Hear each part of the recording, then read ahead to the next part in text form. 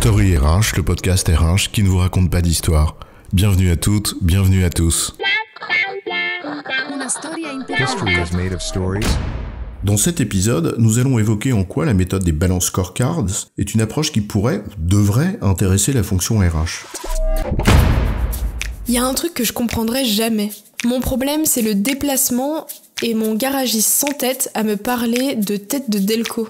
Quand je l'appelle et lui demande si ma voiture sera prête ce soir, il me dit « Ah bah non, j'ai pas reçu la pièce. » Mais tu pouvais pas me prévenir ? T'as compris que mon problème, c'est de me déplacer, pas la tête de Delco ? L'éternel décalage de point de vue entre l'expert, obsédé par le nombril de sa production d'experts, et celui du client pour qui cette expertise est supposée répondre à un besoin. Eh bien, la fonction RH n'échappe pas non plus à ce problème. Tenir compte d'un point de vue client, plus équilibré que le sien, un peu trop auto-centré, c'est une bonne idée. Et c'est l'un des bénéfices de la méthode des Balance Scorecards. Alors, l'intérêt de ces Balance Scorecards pour la fonction RH, c'est quoi l'histoire ? On va prendre un exemple, toujours avec la voiture. Imagine, tu roules tranquille, le nez au vent, sur une jolie route de campagne au coucher de soleil, tu te balances élégamment de virage en virage comme dans un pas de zouk, à deux, cassé, chaloupé. Back on track, Patrick. Tu nous fais une sortie de route là. C'est quoi ton exemple ? Oui, excuse-moi, pardon, la vitesse. C'est cela l'analogie que je voulais faire. Prends le concept de vitesse. Toi, t'es le conducteur. L'indicateur le plus objectif sur ce sujet, pour toi, en tant que producteur, si j'ose dire, eh bien, il est sur ton tableau de bord devant ton nez, c'est le tachymètre. Tu peux appeler ça un compteur de vitesse, aussi, c'est plus simple. Bon, tu nous apprends rien là. Le conducteur de la voiture regarde le compteur de vitesse, le recruteur le nombre d'entretiens qu'il fait, le formateur le nombre de stages et le dormeur le nombre de moutons. Mais rien de bien surprenant là-dedans. Oui, mais pense aux gamins à l'arrière de ta voiture. Tu sais, les deux énergumènes là que tu emmènes en vacances et qui braillent comme des veaux depuis le départ. Est-ce que tu crois un instant que la vitesse de ta voiture les intéresse ? Non, pas du tout. Eux, ils ont en tête une question, qu'ils posent d'ailleurs même depuis la toute première minute où vous êtes partis. Dis, c'est quand qu'on arrive ?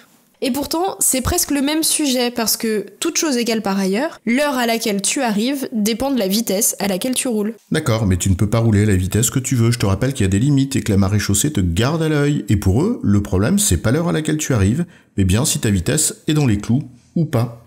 Comme quoi, sur la même production, chacun a son point de vue, une attente différente. Il y a donc au moins le point de vue de celui qui produit et des clients, dont on a bien vu avec mon exemple du garagiste que c'était pas toujours le même.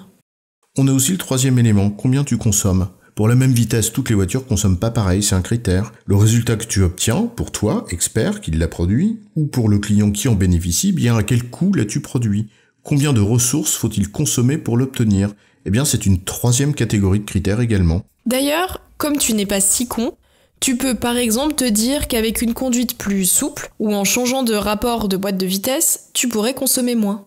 Bref, tu réfléchis et te demandes comment, sur ces 3 premiers critères, tu pourrais essayer de t'améliorer. En fait, ce sont bien ces 4 axes ou angles de vue auxquels la méthode des Balance Scorecards nous invite.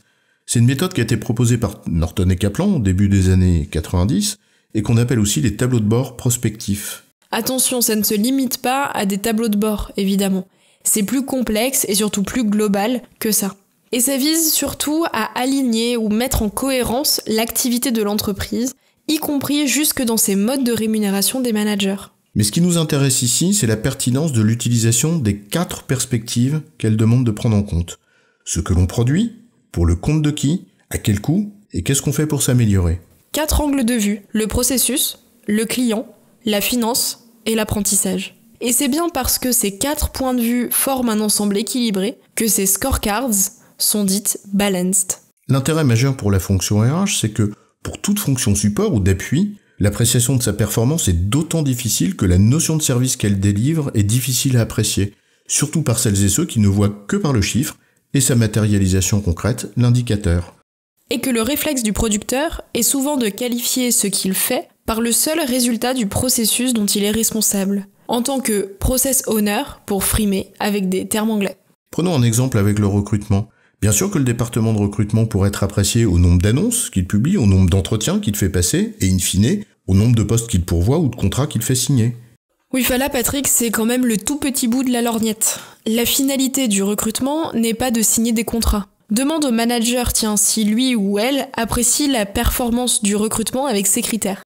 Bah non, sa satisfaction dépend d'avoir la bonne personne, avec les bonnes compétences, dans les délais, avec le bon mindset, et qu'elle ne parte pas au bout de 2 mois. On voit déjà là des indicateurs différents. Le taux d'adéquation des compétences aux besoins du poste, le taux de rétention après la période d'essai, etc. Prends même les délais. Pour le manager, c'est pas le temps qu'il a fallu au service recrutement entre la publication de l'annonce et la signature du contrat qui l'intéresse, c'est bien le délai global de la formulation de sa demande à l'arrivée de la personne, son préavis compris. Il y a aussi la perspective financière qu'il ne faut pas oublier. À quel coût tu réussis tout ça ?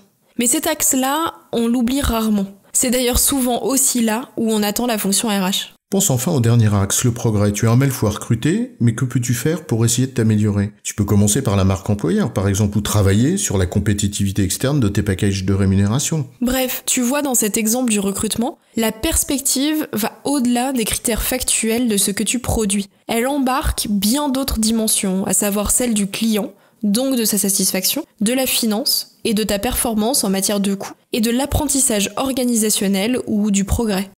C'est tout l'intérêt de la méthode des balances scorecard de Norton et Kaplan, adopter ces 4 points de vue. C'est en cela un excellent cadre conceptuel à mobiliser dès lors qu'on parle de performance d'un service qu'on délivre, et donc pour la fonction RH aussi, surtout qu'elle a parfois un peu de mal à réifier la valeur ajoutée qu'elle apporte.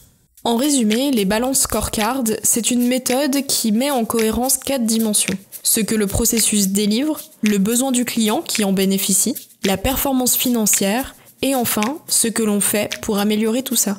C'est une méthode qui offre un cadre intéressant pour une fonction RH, pour montrer, piloter et améliorer la performance de ce qu'elle délivre. J'ai bon, chef ? Oui, tu as bon, mais on va pas en faire toute une histoire.